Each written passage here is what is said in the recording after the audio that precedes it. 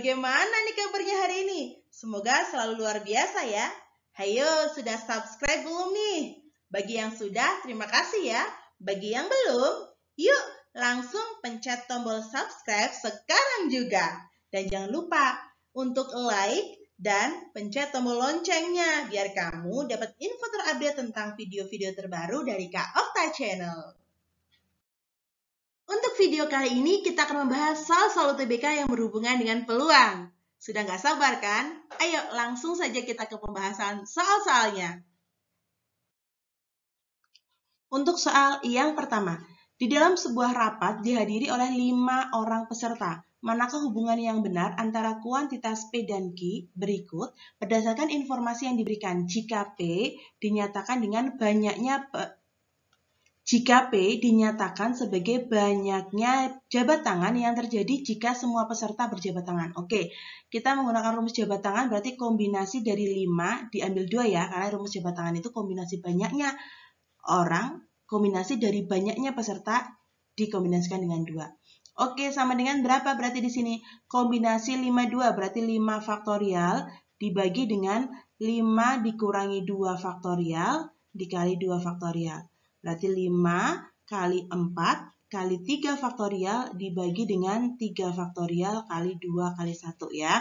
Nah, di situ ada 3 faktorial di atas dan di bawah kita bisa coret. Oke, berarti kita lanjutkan di situ kemudian kita hitung 5 kali 4 20 dibagi 2 itu adalah 10. Nah, untuk Q-nya ternyata banyaknya himpunan bagian dari peserta. Nah, untuk mencari banyaknya himpunan bagian dari peserta, langsung aja 2 dipangkatkan dengan banyaknya peserta. Karena banyaknya peserta itu 5, maka 2 langsung dipangkatkan dengan 5. Hasilnya adalah 32. Karena P-nya 10, Q-nya 32, otomatis nilai Q lebih dari P, maka jawabannya yang D. Untuk soal yang kedua, dalam sebuah kantong terdapat bola merah jumlahnya 2N, bola putih jumlahnya 3N. Jika dilakukan pengambilan 2 bola sekaligus dengan peluang terambilnya warna berbeda adalah 18/35, maka nilai dari 5N kurangi 1 per N adalah berapa? Oke, di sini yang diketahui adalah peluang dari pengambilan 2 bola sekaligus yang warnanya berbeda. Berarti misalkan di sini merah putih atau putih merah sama aja ya.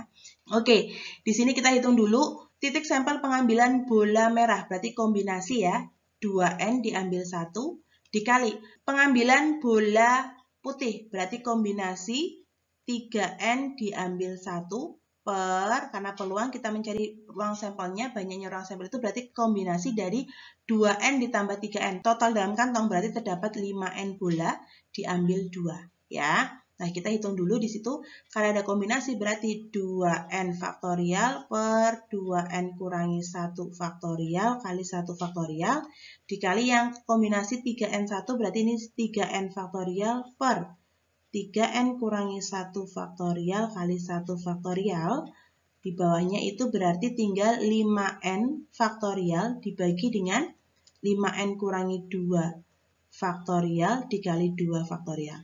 Oke, kita hitung. Yang namanya 2N faktorial itu berarti nanti 2N dikali. Ingat ya, kalau N faktorial kan N kali N-1 kali N-2 dan seterusnya.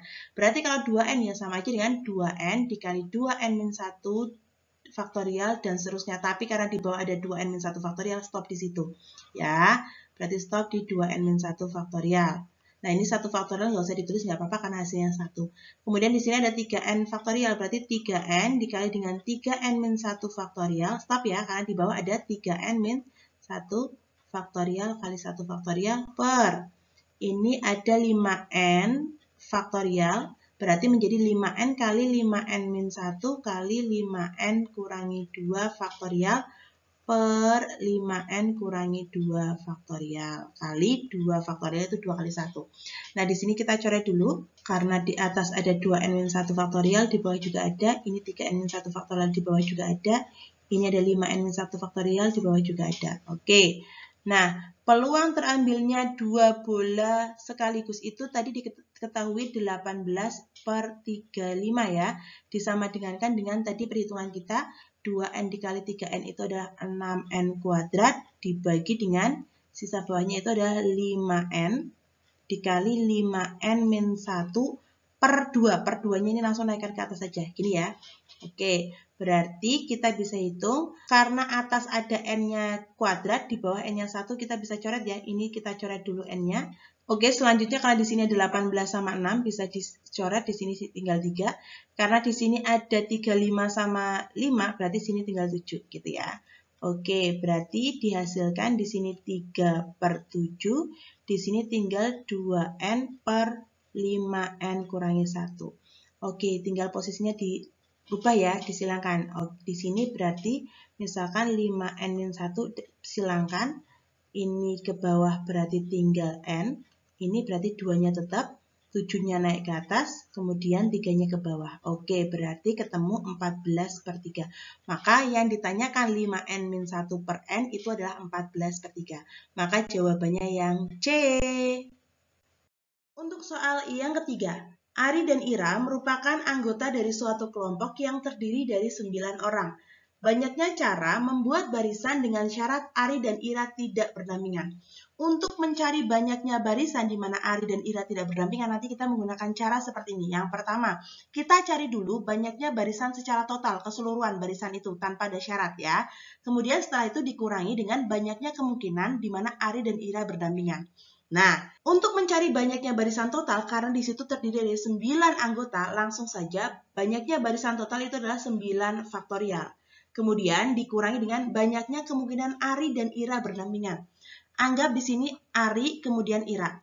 Nah, pada saat mereka harus berdampingan, berarti bisa saja posisinya kanan dan kiri atau kiri dan kanan. Berarti nanti dihitung sebagai 2 faktorial, ya. Berarti di sini 2 faktorial.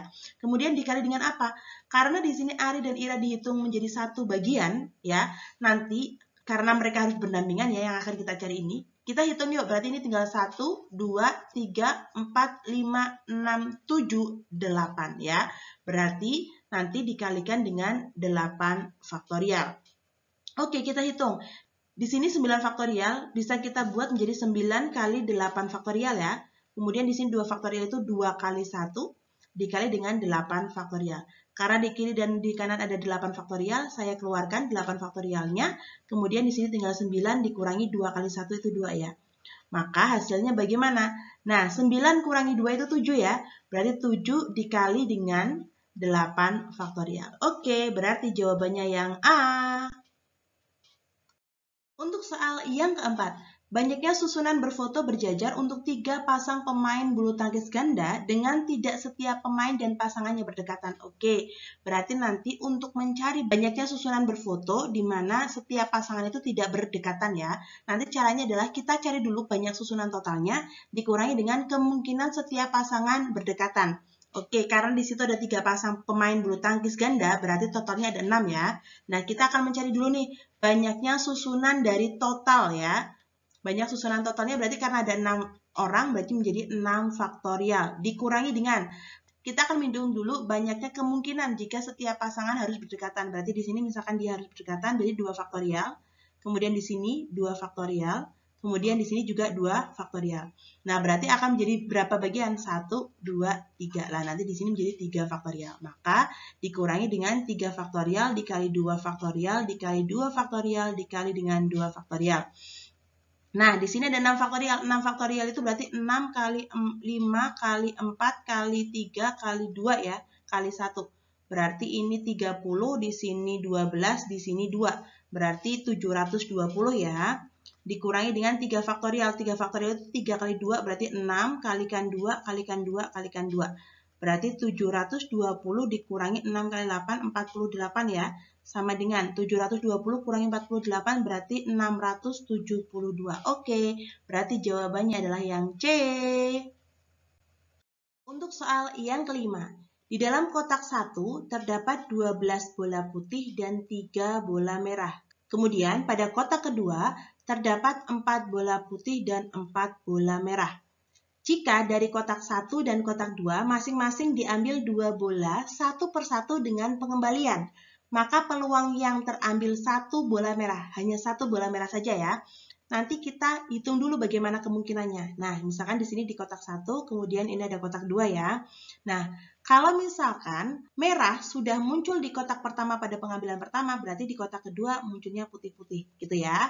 Kemudian kemungkinan kedua, merah muncul pengambilan kedua di kotak pertama, berarti di sini masih putih-putih. Kemungkinan selanjutnya berarti di sini putih-putih, di sini merah putih. Nah, kemungkinan terakhir berarti putih-putih, putih, merah, gitu ya. Kita mencari dulu peluang pengambilan bola pada setiap kotaknya. Karena sudah diambil, kemudian dikembalikan, ya. Nah, ini peluang pengambilan bola putih pada kotak pertama itu berarti 12/15. Kalau sama-sama dibagi 3 berarti tinggal 4/5 ya. Kemudian kita hitung peluang pengambilan bola merah pada kotak pertama. Berarti 3/15 atau disederhanakan menjadi 1/5. Oke, kita beralih ke kotak yang kedua. Sekarang pengambilan bola putih pada kotak yang kedua itu berarti 4/8 ya. Disederhanakan menjadi 1/2. Kemudian pengambilan bola merah pada kotak kedua berarti 4/8 juga ya. Atau 1/2. Oke, kita hitung di sini. Kemungkinan pertama, merah putih, putih-putih. Merah di kotak pertama berarti 1/5, putih kotak pertama berarti 4/5 dikali putih kotak kedua. Setengah, putih kotak kedua berarti setengah. Oke, dihitung berarti ini atasnya 4, bawahnya 5 kali 5, 25, kalikan 4, 100 ya. Oke, kemudian yang kedua, putih kotak pertama berarti 4/5 dikali merah kotak pertama berarti 1/5 kali ini setengah-setengah ya, karena masih sama putih-putih. Berarti ini atasnya 4 per bawahnya masih 100. Kemudian kemungkinan ketiga putih kotak pertama berarti 4/5. Putih kotak pertama 4/5. Pengambilan merah pada kotak kedua berarti setengah dikali dengan pengambilan putih pada kotak kedua. Setengah ya, berarti ini jadi 16/100.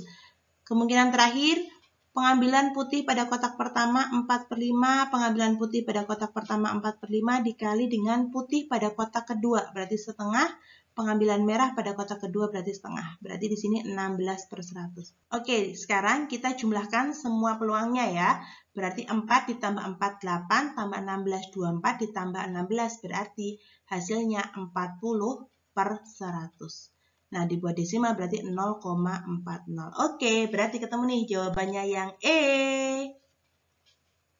Sekian dulu untuk video kali ini. Semoga video ini membawa manfaat untuk kamu, sang pejuang PTN. Tetap semangat untuk meraih mimpi. Sampai jumpa di video selanjutnya.